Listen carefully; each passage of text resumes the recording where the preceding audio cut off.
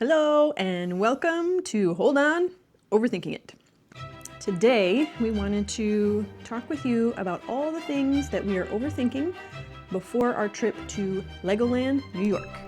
In order to even get there, we need to get tickets, right? After doing a bunch of research and looking into a bunch of it, we found out if you get the Elite member package at Legoland, the annual pass, you actually end up getting a pretty big discount on your entry, and you get a big discount on your stay at the Legoland Hotel. And after doing a whole bunch of math and spreadsheets and calculations and all that stuff, we figured out the optimal way for us as a family of 4 was to buy 2 Elite annual passes. The reason being, each Elite member gets 4, is it 4? Mm-hmm. 4 bring a friend or bring someone else passes for the year.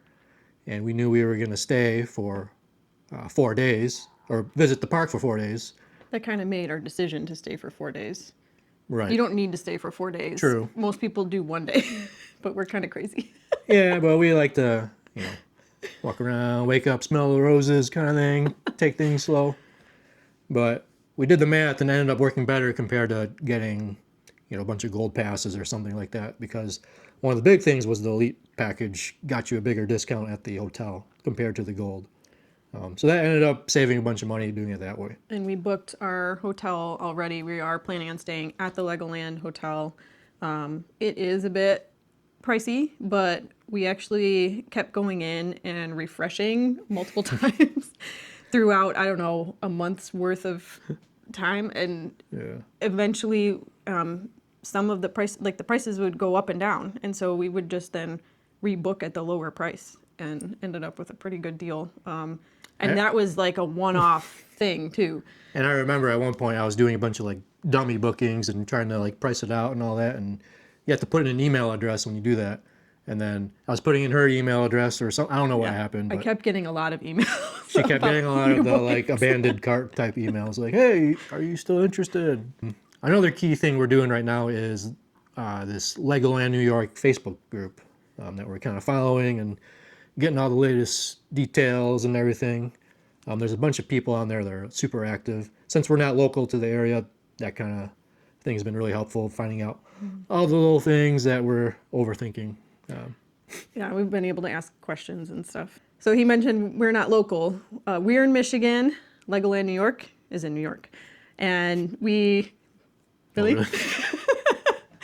We figured out we were going to drive there. That's going to be the best option for us. And so some of the things that need to happen before we go is getting the car tuned up. There was a couple things that needed to be taken care of maintenance-wise. And I still actually need to get an oil change. And I want to clean the car out with all the salt and everything. I want to go on vacation with a clean car. So that still has to happen. Yeah. Another thing, as part of this long road trip, it's going to be about, 10 hours? A little over 10 hours for us. It'll be the longest road trip that we've done as a family. And, to keep the kids entertained, obviously some kind of form of video is going to keep them entertained for at least some of the car ride. I want to try to do some of it without the videos, but obviously we want the option. We want the option there in case, people are going crazy or something. So right now we're thinking we're just gonna stick with the iPad approach. Load up some videos on the iPad, watch some stuff. Something I want to be able to do is hook up the iPad to the car speakers, and then even though we'll be driving, we can at least hear what's going on, and we'll kind of watch or listen together as a family. Yeah, some movies, or we have a few YouTubers that we like to watch, and so we'll probably download a bunch of YouTube stuff. Yeah, so then part of the whole thing, overthinking this next part, was figuring out how we're going to actually make the iPad viewable, at least for the kids in the back. So we went out this whole roundabout way. We talked about getting portable DVD players. But you can't do YouTube on those. Right. It was just way too much overthinking it. So I think just the single iPad approach, and then started looking at different mount systems. Eventually found one that was a mount that actually spans across the headrests. So they kind of bracket across the little bars in the headrest. It goes across both of the front seats. And so it's like a nice stable approach where it's mounted on both sides, and then the iPad mounts in the middle with like a normal clamp type thing. Then I got thinking, when we went to Disney World, I didn't really like the flavor of the water. And so I had bought a Brita filtered water bottle with the little tiny filter inside the water bottle. I am planning on buying a couple more of those Brita water bottle filtered water bottles just to have, just in case we don't like the flavor of the water there. I don't know. For me, that's like overkill. I'll drink whatever. So he doesn't overthink the water, apparently. Another thing we're looking at right now are little portable fans in order to kind of stay cool in case it's pretty warm weather there. And one of the littles gets overheated easily. Yeah, we're going in June, so it's got a chance for some hot weather while we're there. We first tried this little portable fan that actually had a water misting function to it, and the kids really liked it, but it seemed like the water ran out pretty quickly in it. Yeah, and we weren't even using it consistently, and it ran out pretty quickly, so yeah, I don't know if we're gonna do that. I think we're just gonna stick with just the fan, and then I think I'm just gonna go to the dollar store and get a couple just water bottle misting things, and we'll just fill one of those up and we can spray each other with it if we get hot. Yeah, so we'll see. We found a couple new fans that we're gonna try out that don't hold water for misting. They're just straight up fans, and my only real requirement for those was USB-C power. That way I could recharge them pretty easily. Plan on bringing like a power bank of some sort, and then being able to, if one of them dies, you can recharge it, portably on the go. Thank you for carrying that for us. We are trying to get the boys to carry some of their own stuff, so you might not have to carry all the weight. We want to get them some mini backpacks, and they can at least put their water bottle and a couple snacks in there or something like that. Maybe their own fan if they want their own fan with them. And that's something else that we've been looking into. We haven't bought that yet either, is a little mini backpack for them specifically to have their own stuff.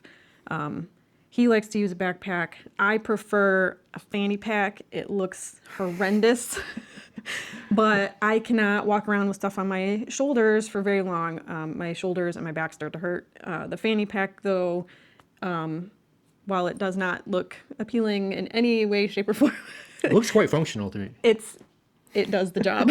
One of the other little gadgets we've been looking at are, and actually we already got them, are AirTags. Being on the go, being on vacation, losing things. It seemed like, everyone started talking about these AirTags. I'd never used one before earlier this year, and decided to try it out and see what the hoopla was about.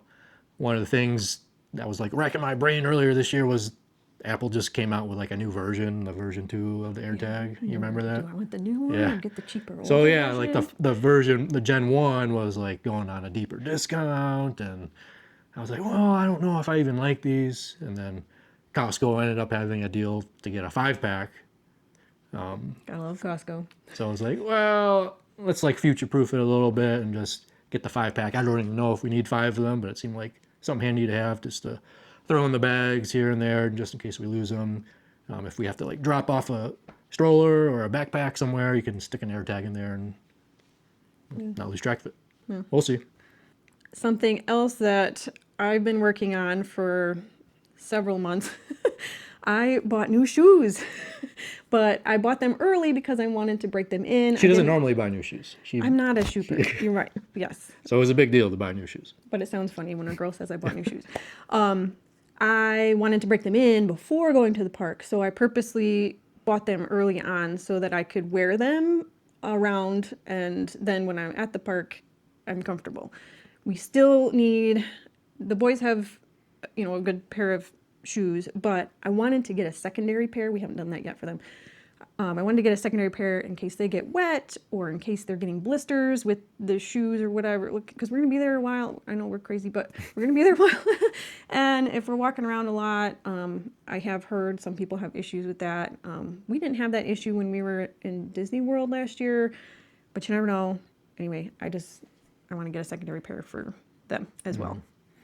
So on the topic of walking around in shoes, one of the ways we've been training to go. It's training. It counts. True. It's real. We've been calling it Walk Disney, which is kind of a play on or homage to the Run Disney events that they do at the Disney parks, where they do like, 5K, 10K, half marathon, full marathon. We're not really like runners. We've never done that. True. I guess I've never even run a 5K. I've never ran that far in my life. I've run 2 miles. We used to run 2 miles every week at school. Okay, I've never done that. So we do Walk Disney instead. And yeah, basically we just plan a time with the whole family to walk a long distance, some kind of trail walking or go to the zoo and walk around and just to kind of build up stamina and get, especially the boys, used to walking a little bit longer distances than what they're used to in normal life. Right. Yeah. And, it's a nice way just to get outside or something too. The trick with them, though, is because, at these big amusement parks, it's good for them to be able to actually just walk instead of running. Usually you're walking around as a family and they just want to like run and take off and go check this out. But at the parks, you kind of want to stay together as a unit. So it's a good idea for them to understand, like, hey, we're just going to like walk together as a unit. Yeah, that's true. Yeah, sometimes it's a little bit more of a challenge. Yeah. We are, though, trying to figure out what we want to do about a stroller option. Our youngest does seem to get tired still, but he's like on the border of, do we really, we probably need a stroller, but we need to look into maybe getting a stroller with like a higher weight limit. Just because I don't want to bring the big stroller. So I'm saying that because I think I want to just get like an umbrella stroller, just something small and easy and quick to get around and fold up really quick if we don't need it. Fold up in the car so it doesn't take up as much room, all that. Anyway, so that's something that's kind of been in the back of my mind, and I haven't really done anything about that yet, but maybe a stroller would be a good idea. Something to keep thinking about. Something to keep thinking about. Yeah. And on that note, we are going to conclude this. This is everything that we've been thinking about so far, that we've actually dedicated a whole lot of thought to. There's a few other things on the list that we have that we haven't really thought as much about, and maybe we can do a video about that once we think about that some more. But for now, thank you for joining us on Overthinking It.